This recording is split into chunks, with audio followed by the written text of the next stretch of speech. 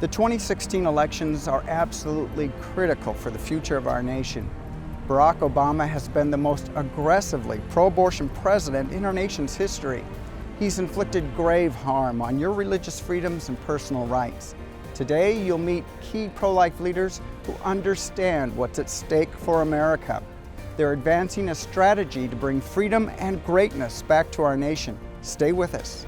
Marjorie Dannenfelser is the president and founder of the Susan B. Anthony List. The National Pro-Life Group is dedicated to pursuing policies and electing pro-life candidates to reduce and ultimately end abortion. Since its founding, the group has helped to elect more than 130 pro-life candidates to Congress, as well as statewide offices across the country. The group saw great success in 2014 by helping to elect a pro-life majority in the Senate. Currently, Marjorie is focused on the advancement of life-saving federal legislation that will better protect unborn children, their mothers, and taxpayers. We are in a moment that has not been seen since 1973. It is a beautiful time. It really is a transformative moment if we go ahead and avail ourselves of it and keep it moving forward. We're looking at a moment where the House and the Senate are vying to be the most pro-life. We're looking at a presidential election where every single presidential candidate is very strong on life. There's almost a competition there for who can be the best advocate. In fact, there is one. That is the position that any human rights battle wants to see itself in, a place where there are many great advocates and in many different fields of opportunity. What pieces of legislation are you working on right now before Congress that people should be aware of? Well, I think one of the things we're most proud of is the efforts to defund Planned Parenthood. Second, however, and frankly most important, is more far-reaching and reaches to the center of what abortion is. And that is the 5-month pain-capable bill. Eliminating abortion after 20 weeks means that we have, as a nation, for the first time since 1973, drawn a line about where, a very modest place, about where we will restrict abortion. With this piece of legislation, we will save 18,000 children when this passes on the federal level. Right now, the United States is one of 7 nations in the world that refrains from taking this stand, taking this limit. And we're in the company of China, Vietnam, North Korea, not the human rights club that you would like to be in, and we shouldn't be as a shining city on the hill that we're supposed to be. So when we get a new president, which is going to be required to pass this legislation, we'll get ourselves out of that club, but more importantly, 18,000 children loved by God, willed into existence, and needed by this world will actually arrive. Mia Love is a freshman congresswoman representing Utah's 4th District. The daughter of Haitian immigrants and a mother of 3, Congresswoman Love values the importance of family and giving citizens every opportunity to reach their full potential. Representative Love ran for office with the hope she could address the concerns of her constituents and ignite change for the betterment of our country. Why did you choose to run for Congress? Well, I saw the direction our country was going in, out of control, big government, people having less and less decisions. And so I thought the best thing I could do for my children and for the community that I live in is to try and get those decision-making back as close to the community as possible.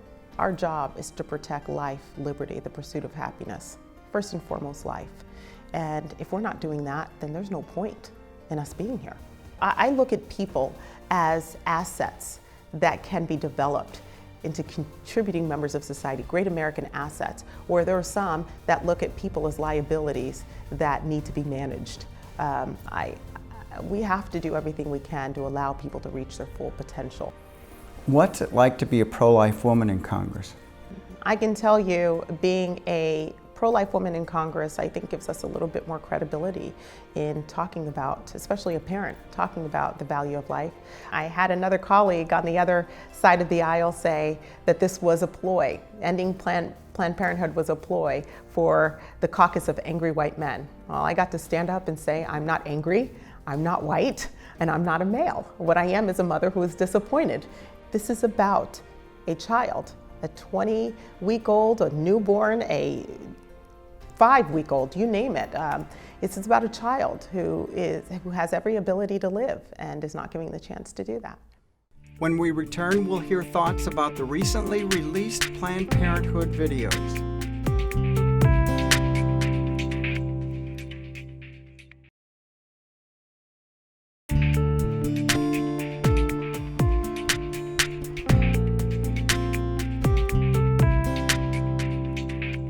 Missy Stone is the National Field Director for Students for Life of America. Missy first became involved with the pro-life movement when she was 14 years old. She joined the Students for Life team in 2013 as the National High School Program Coordinator. Missy helped more than double the number of high school student groups across the country. She's excited by the passion she's witnessed from young people in the movement. You know, you go to the March for Life every year, and majority of the people participating in the 600 to 700,000 people are young people. It's high school students, and it's college students, and it's families. And so I think that we have been successful in moving the pro-life movement to reaching the younger generation and really impacting people at high school and college before they have an opportunity, or before Planned Parenthood can target them. It's becoming normal to be pro-life, where a lot of people still think that they're in the minority, but once we talk to students, they realize, no, most people agree with me, they're just afraid to say it. But once we get them actually talking about what they believe and getting the word out on campus, they realize that most people are actually on their side. What issues concern you the most? Abortion is extremely controversial, and people get upset when you talk about it. One of the biggest issues that we face is making sure that students feel supported and they don't have to be afraid to speak their voice. And it's okay to engage a little bit in controversial things. Like the civil rights movement was controversial. Abolishing slavery was controversial. And sometimes I think people shy away from that because they think that that's negative. Conflict doesn't have to be negative as long as it's moving you towards something positive. With the youth, they are so passionate, and we tell them, let's abolish abortion in our lifetime. Like, this is something that we can do, and they believe it. And I think that just fuels their passion. In the fall of 2015, the Center for Medical Progress released a series of undercover videos that showcased Planned Parenthood selling baby body parts. The videos have caused an uproar across the country and spurred Congress to work to stop all federal funding of Planned Parenthood. The videos have been shocking and horrible to watch, but have given the pro-life movement the push to unite and go up against this abortion giant. I think these videos have transformed this moment into one that is singular. And the videos and the nation's response to it, the pro-life movement's response to it, presidential candidates' response, and legislators on Capitol Hill has all moved to reformulate and realign the pro-life movement to be much larger. Pro-choice people now say, well, I might be pro-choice, but I'm definitely against that. I may be pro-choice, but I'm definitely against late-term abortion. So there's a refinement of one's position that means that we can actually make progress in a way that we haven't for a very long time. And why? Because we've been forced to look at the horror that we really don't want to look at. And it has not come from us, it's come from the perpetrators. What do you think the videos show as far as Planned Parenthood's concern for women? Planned Parenthood is concerned about their bottom line. Planned Parenthood is not concerned about women. And they will do whatever it takes to make money, whether that's convincing a woman that she needs to have an abortion when she doesn't necessarily want to, and then convincing her that she needs to sign the release form to have her preborn child donated to scientific research. They will do whatever it takes to profit off a woman who is hurting and who is in crisis. Do you agree with Planned Parenthood's assertion that if their funding goes away, that women will lose their health care?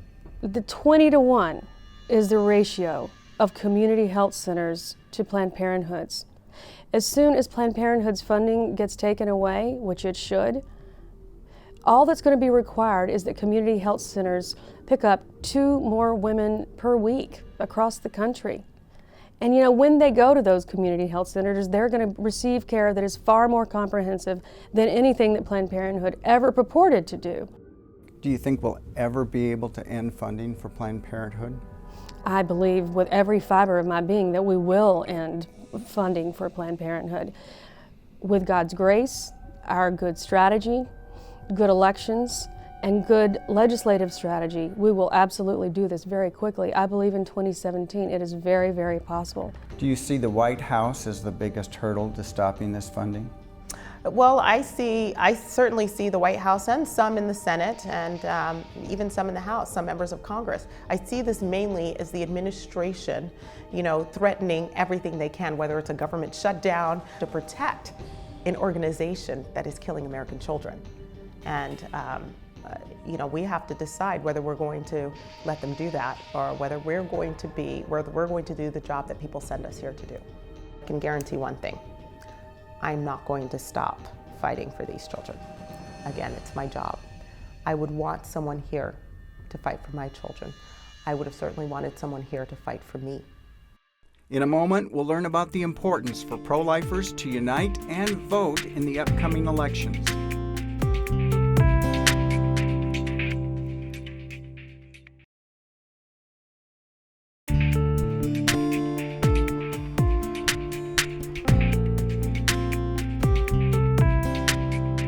Dr. Jerry Johnson is president and CEO of the National Religious Broadcasters. It's an international association of Christian communicators whose member organizations reach millions of viewers and listeners worldwide. The organization works to advance biblical truth, promote media excellence, and defend free speech.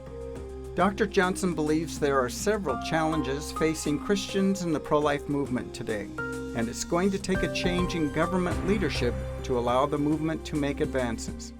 NRB has a threefold mission, and one of those mission points is to defend free speech. Defending free speech, I think, addresses one of the key challenges we're seeing right now, which is Christians are facing an attitude of censorship. People need to have the freedom to believe, the freedom to speak, the freedom to live out their faith. When it comes to the weddings, we've seen photographers and florists and cake makers pressured. All believers right now, they're getting a lot of pushback. They're going to live out their faith and they're going to speak. America has sort of lost her way, and I think we're headed to a dark place. And most Americans do think we're heading the wrong direction on many fronts, whether it's the culture, the economy. It's time for a check of the direction. The trajectory is wrong. The upcoming 2016 elections will be a major turning point for the pro-life movement and our country. It's going to take all Christians and pro-lifers uniting and supporting a presidential candidate who stands for protecting life. If we don't unite, a candidate who doesn't believe in the sanctity of life and the importance of protecting it will once again be leading this nation. Ground troop efforts, getting involved in primary elections, and calling your member of Congress are practical ways to let your voice be heard. I think the 2016 elections are crucial to where we go as a pro-life movement. We have so much momentum, and if we can elect a pro-life president, then we can really build on what's happened this past year and maybe see Planned Parenthood defunded and see federal laws that would restrict abortion. Do you think it's important, Jerry, for pro-life Christian, the community in general, to be unified in this election coming up in 2016? Brad, about half of evangelical Christians are registered to vote. And then of those that are registered, only about half have voted in the last 3 cycles. And that's just not right. That's pathetic. I mean, it's sinful. We're abrogating our responsibility to be salt and light. So we should be united, not just in how we govern and what we believe, and but actually united in coming out in mass, as a group Do you have a message for those voters in the past who said, John McCain wasn't pro-life enough, or I'm not going to vote for a Mormon as president? There's no virtue in being a purist and staying home. You know, when it becomes a choice, right, here's someone who wants to protect unborn life, here's someone who doesn't. Here's someone who wants to protect marriage, here's someone who doesn't. Really, at that point, I mean, I want a believer, I want an evangelical Christian, but at that point, that's not so important. Actually, how they mean to govern, you know, their worldview, their philosophy is the most important thing. So when it comes to elections, you're going to get very often a diversity of opinion when it comes to primary candidates. That's your time to really get involved and make sure that you get the most pro-life candidate that we possibly can to run against almost certainly a very pro-abortion Democratic candidate. Now, when we get a nominee who will not be perfect, will be human just like you and me, it's almost certainly going to be a pro-life candidate, and it's almost certainly going to be far superior to the very pro-abortion Democratic candidate that we will be served up. Every single candidate running right now on the Republican side will be a tremendous asset to the pro-life movement. I really mean that. Every single vote for that candidate will matter. It will matter no matter where you live. It'll matter even more importantly in the battleground states where so much of this is decided. If you see a possibility for an advance in life in one of those candidates, I believe we have a moral obligation to vote for that person. Time has come where people can't just sit back and wait for Congress to make the decisions any longer. We have to actively get involved, because if you're not making the decisions, if you're not standing up, if you're not making your voice heard, then you run the risk of someone inferior to you doing it for you. So I'm asking every single American to get involved. Some practical ideas for making their voice heard would be?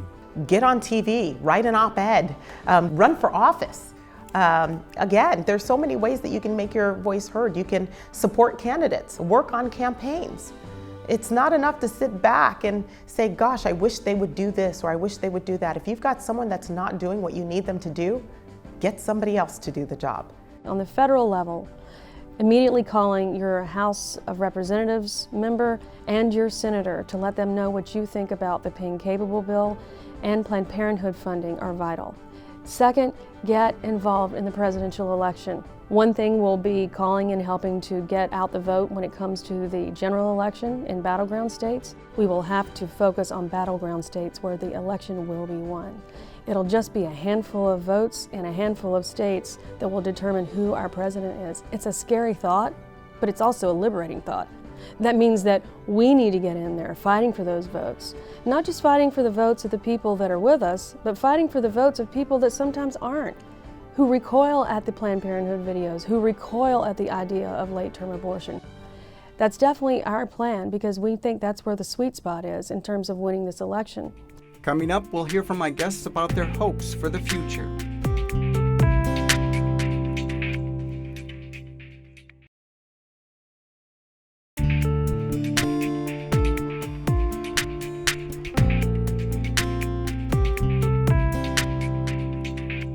We're at a critical time for the pro-life movement. The 2016 elections will be central to the future of unborn babies in our country. However, my guests remain optimistic we can alter our direction and see significant transformation in our nation. It will take a united effort to make the necessary changes in government leadership that will pave the way to protection for our nation's women and their babies. If we can get the White House, if we can shift votes in the Senate, do you think we can undo the damage that's been done in America? Absolutely optimistic that we can. I wouldn't be here if I didn't think that we can make a difference, that this country could live up to its exceptional persona. What gives you that hope for the future? Well, if you don't have hope and you give up, well then what's left? It's about me not trusting Washington, but trusting the American people. That the things that have moved me to get involved will move them also. Missy, what gives you hope for the future? Really, it's the young people. It's the people that I work with every day that are so passionate and so driven. And more and more students are giving their entire lives to seeing abortion end. We're seeing more and more young people join us while they're at school, but then when they graduate, they're flooding into the pro-life movement and figuring out what they can do. And I really think that the way that we're going, we're going to have more and more people and eventually abolish abortion. I believe that we absolutely will see the end of abortion in America. We'll see a moment when every child is welcomed in the world and is able to live out the plan that God had for them, and we will be a much better nation. I really believe that there are two wings of the dove of the pro-life movement. And one is that really strong electoral and legislative arm. The other is in many ways the heart of the movement, and that is those who are meeting women on the front lines, who are meeting women in crisis. Those crises will always occur. We hope to be in a place where she and her baby are always protected. So I really believe that strengthening both arms of the movement is the plan for ending abortion and a plan for victory. The meaning behind the Stars and Stripes has taken a beating under the Obama administration, but Old Glory isn't giving up, and neither are my guests today. However, they need your help in order to restore greatness to our nation. Make sure that you and everyone who shares your beliefs votes in 2016. It's our privilege and obligation to vote for pro-life candidates. Thanks for watching. For more resources to help you get involved and be a catalyst for change in the political arena, visit our website at facinglife.tv. While there, find out how you can order a copy of this powerful episode on DVD and Blu-ray to share with others.